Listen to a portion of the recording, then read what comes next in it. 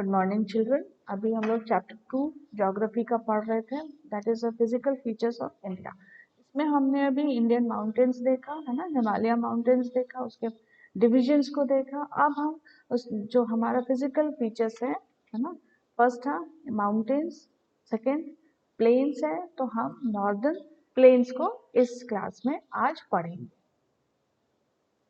The northern plains. The northern plains has been formed by the interplay of the three major rivers, namely the Indus, the Ganga, and the Brahmaputra, along with their tributaries. This plain is formed of alluvial soil. The deposition of alluvium is The deposition of alluvium is vast basin lying on the foothill of the Himalaya over millions of years form this fertile plain.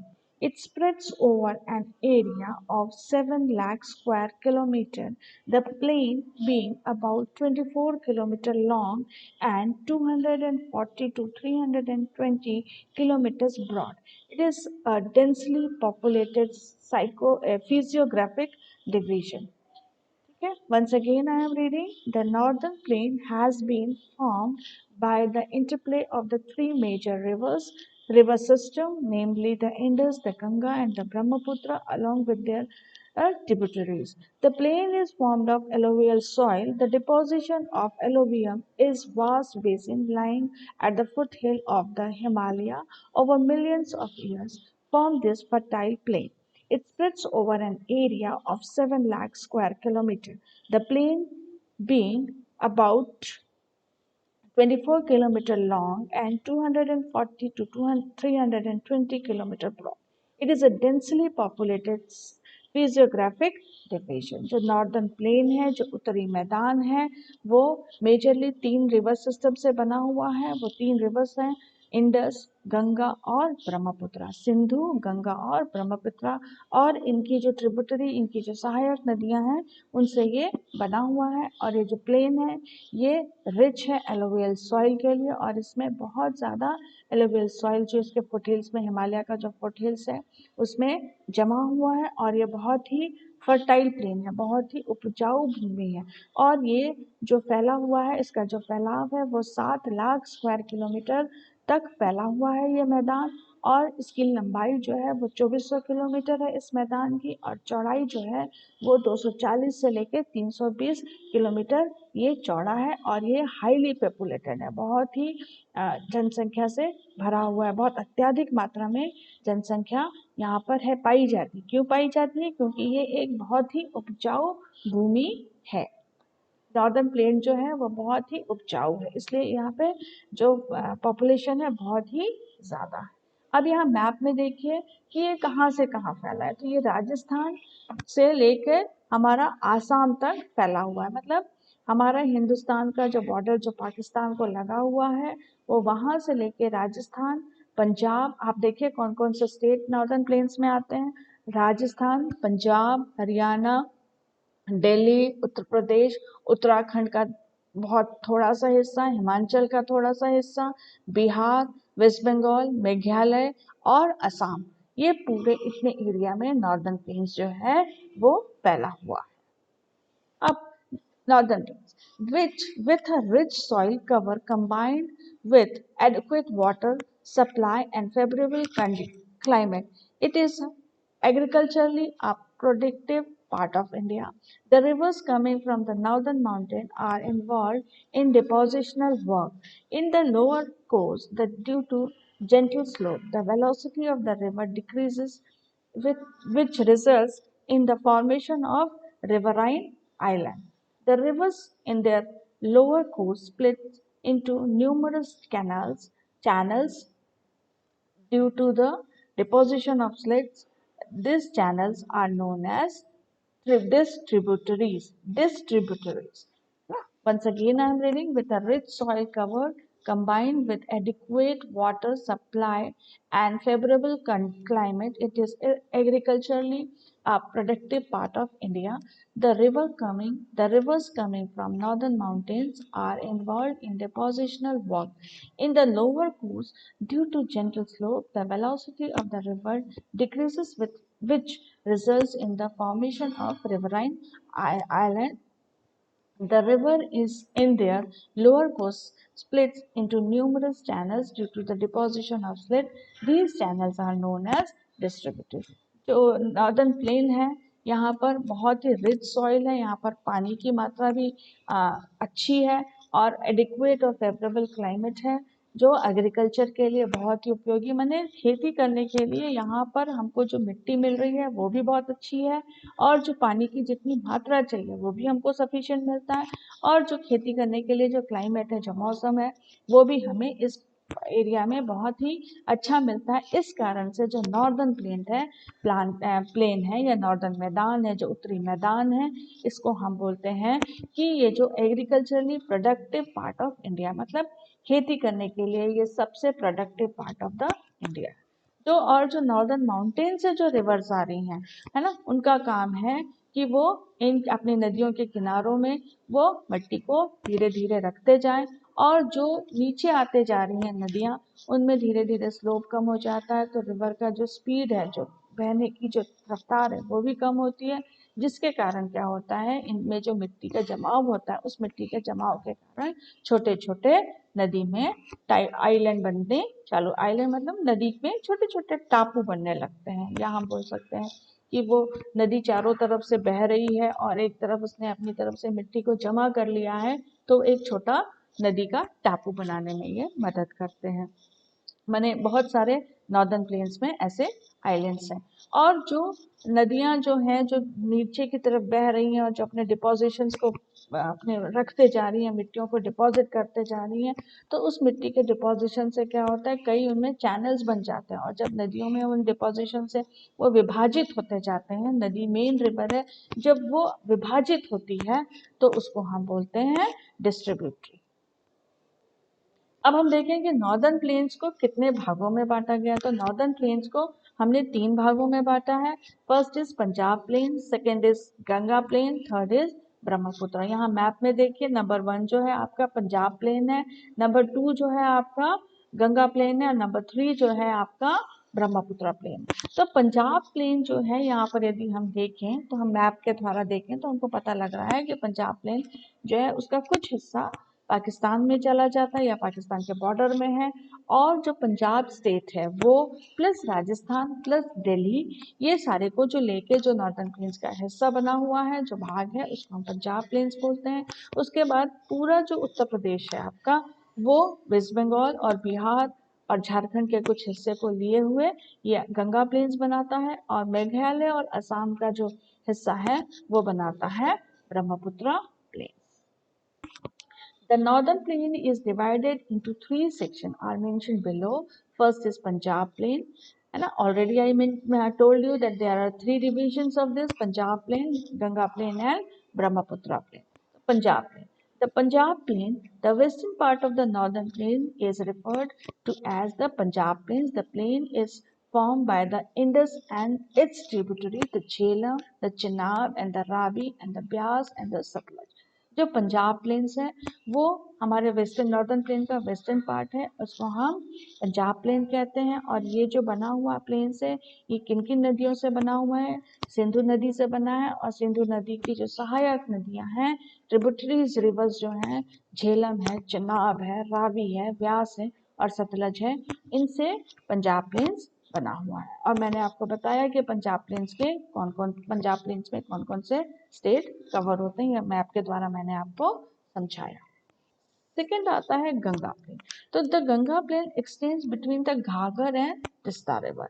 It is spread over the states of north India, Haryana, Delhi, UP, Bihar, partly Jharkhand and West Bengal. तो जो Ganga plane है वो घाघर, गंगा का ही tributary है, घाघर और तिस्ता, इन दोनों नदियों के बीच में फैला हुआ है और ये नॉर्थ इंडिया में कौन कौन से स्टेट को कवर करता है, हरियाणा को कवर करता है, दिल्ली को कवर करता है, यूपी, बिहार, झारखंड के थोड़े से हिस्से को और वेस्ट बंगाल के थोड़े से हिस्से को गंगा प्लेन्स कवर करता है। अब नेक्स्ट आता है ब्रह्मपुत्रा प्लेन। तो ब्रह्मपुत्रा प्लेन्स जो है वो मेघालय और असम में आता है। मैक्सिमम पोर्शन इसका असम स्टेट को कवर करता है।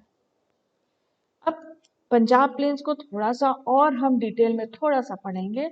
The western part of the northern plain is referred to as the Punjab plain, formed by the Indus and its tributary. The large part of this plain lies in Pakistan.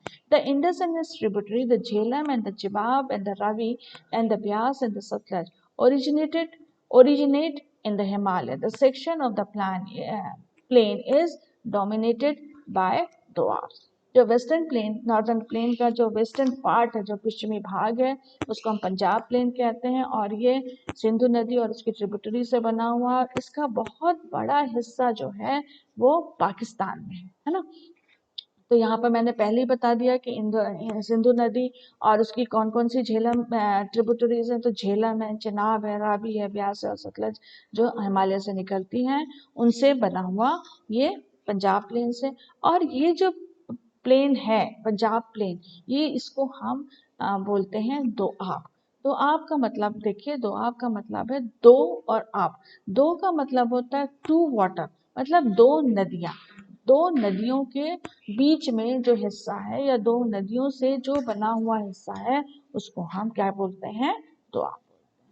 अब यहाँ पे फिर Ganga river, Ganga planes के बारे में थोड़ा सा और मैंने एक्सटेंड करके बता रही हूँ। The Ganga plain extend between Ghaghara and Teesta river. It spread over the state of north India, Haryana, Delhi, UP, Bihar, partly Jharkhand and West Bengal. To east, partly, particularly in east, lies the Brahmaputra plain.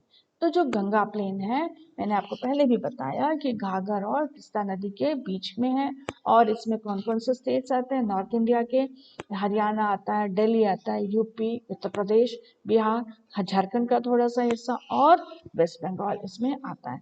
और जो हमारा जो असम एरिया है, जो असम स्टेट है, वो पर्टिकुलरली किस में आता है, ब्रह्मपुत्रा प्लेन्स में आता है। The northern plains are generally described as flatland with no variation in its relief. It is not true. These vast plains have diverse relief feature.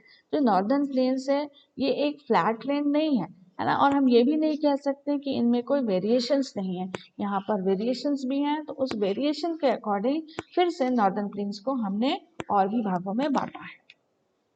According to the variation in elevation points, the northern plains can be divided into four regions: Bhabar, Tarai, Bhangar, Kankar, and the new younger floodplains are gathered.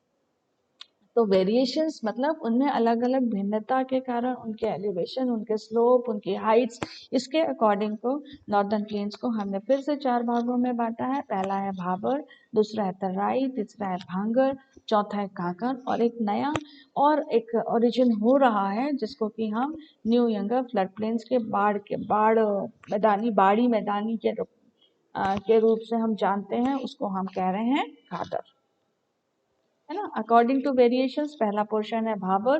The rivers after descending from the mountain deposits pebbles in a narrow belt of about 8 to 16 kilometers in width, lying parallel to the slope of the Shivalik. It is known as Babar. All the streams disappear in this Babar belt. Once again, I am reading. The rivers, after descending from the mountains, deposit pebbles in a narrow belt of about 8 to 16 kilometers in width, lying parallel to the slope of the Shivaliks. It is known as Babar. All the streams disappear in this Babar belt. अब बाबर जो है, जैसे नदी जो है mountain से जब नीचे उतर रही, डिसेंड कर रही मतलब नीचे उतर रही है, तो वो अपने साथ पेबल्स, पेबल्स मतलब पत्थर के टुकड़े लेके आती है, pebbles in a narrow belt, और सकरी बेल्ट में लाके वो जमा करती है जिसका कि विड्थ चौड़ाई जो है 8 से 16 किलोमीटर है और ये पैरेलल स्लोप में अपने जमा करते। अब ये जो डिपोजिशन है जो पैरेलल स्लोप बोल रहा है तो माउंटेन से निकली, तो लोअर माउंट हिमालय माउंटेन क्या है, शिवालिक है। शिवालिक में जितने भी स्लोप में ये जो जमा कर रहे हैं उस एरिया को हम क्या कह रहे हैं, बाबर कह रहे हैं। और यहाँ पर जितनी भी नदियां हैं वो क्या हो जाती हैं, डिसअपियर हो जाती हैं, दिखाई नहीं देती हैं। The right, all the streams disappear in the Baba belt. South of this belt, the streams and rivers re-emerged and create a wet, swampy and marshy region known as Tarai. This was a thickly forested region full of wildlife.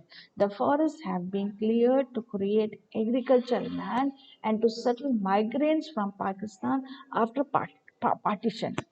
Locate Dudhwa National Park in this region. Again, I am reading. All the streams disappear in this Baba belt. South of this belt, the streams and the river re-emerge and create a wet, swampy and marshy region known as Tarai. This was a thickly forested region full of wildlife. The forests have been cleared to create agricultural land and to settle migrants from Pakistan after partition. Locate Dhudhua National Park in this. अब तराई, तराई जो है, अब हमने पहले बाबर में क्या पढ़ा कि वहां पे जो स्ट्रीम्स है, जो नदियां हैं वो डिसअपियर हो गई। तो जैसे ही हम बाबर के साउथ बेल्ट में आते हैं, उसके एकदम निचले हिस्से में आते हैं, तो नदियां और जितने भी स्ट्रीम्स हैं वो फिर से हमें दिखाई देने लगती हैं और उनके द्वारा एक जमीन जो है मार्शी और गीली जमीन हमको दिखाई देती है। गीली जमीन, स्वैम्पी और मार्शी लैंड हमको दिखाई देता है, जिसको कि हम तराई कहते हैं। मतलब यदि हम इसको साधारण भाषा में कहें तो पहाड़ से जब हम एकदम नीचे उतरते हैं तो निचला जो जमीन है ना, वो जो हिस्सा है पहाड़ से नीचे, निचले एकदम ढाल में एकदम नीचे में आके जो जमीन मिलती है वो तराई कहलाती है। तो वहां पर नदियां भी हो रही हैं, नदियों के कारण वो जमीन जो है वो भीगी सी है और बहुत ही मार्शी है ना, दलदली सी है। मार्शी मतलब दलदली सी, तो उस हिस्से को हम क्या कहते हैं, तराई कहते हैं। अब वहां पे भीगा हुआ जमीन भी है, मार्शी भी है, दलदली भी है, तो ऑब्वियसली वहां पर क्या होगा, बहुत ही घना जंगल होगा और घना जंगल होने के कारण वहां पर बहुत सारे वाइल्ड लाइफ होंगे। और इन अब क्या हो रहा है कि इन फॉरेस्ट को हम एग्रीकल्चर लैंड बना रहे हैं, तो उस फॉरेस्ट को हम कट डाउन करे हैं, उनको काटा गया है, वहाँ पे एग्रीकल्चर लैंड को बनाया गया है। और उस एग्रीकल्चर लैंड को बनाया जहाँ गया है वहाँ पर जो पाकिस्तानी से माइग्रेंट्स आए हुए हैं ना, जो माइग्रेंट्स आके यहाँ पर रहे हैं पार्टीशन के बाद से, है ना, उनको हमने यहाँ पर रखा हुआ है। अब इसी एरिया में तराई में ही एक बहुत ही फेमस नेशनल पार्क है जिसको कि दुधवा नेशनल पार्क कहा जाता है, वो इस एरिया में स्थित है। नेक्स्ट है बांगर। अभी हमने दो पढ़ लिया। Bangar, the largest part of the northern plain is formed of older alluvium. It lies above the floodplains of the rivers and present a terrace-like features. This part is known as Bangar.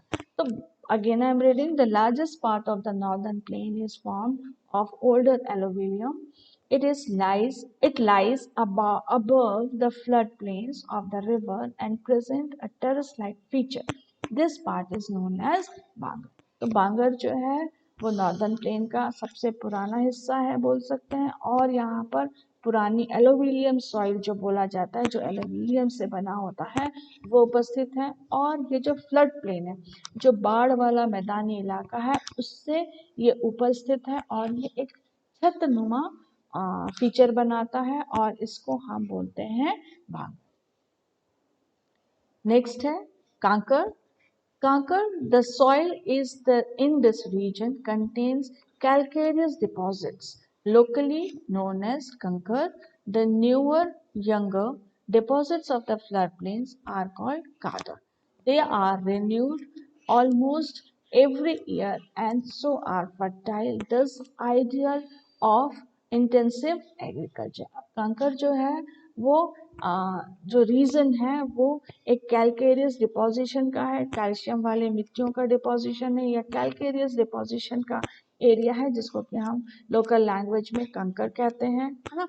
और अब इस area में क्या हो रहा है कि जो नए फ्लड एरिया आ रहे हैं वो इस एरिया में हम कह सकते हैं, या कंकर को हम कह सकते हैं कि ये फ्लड प्लेन्स है ना। और यहाँ पर अब फ्लड प्लेन्स है तो यहाँ पर इसको साफ करके इसको रिन्यू किया जा रहा है ताकि इसको फर्टाइल बनाया जा सके।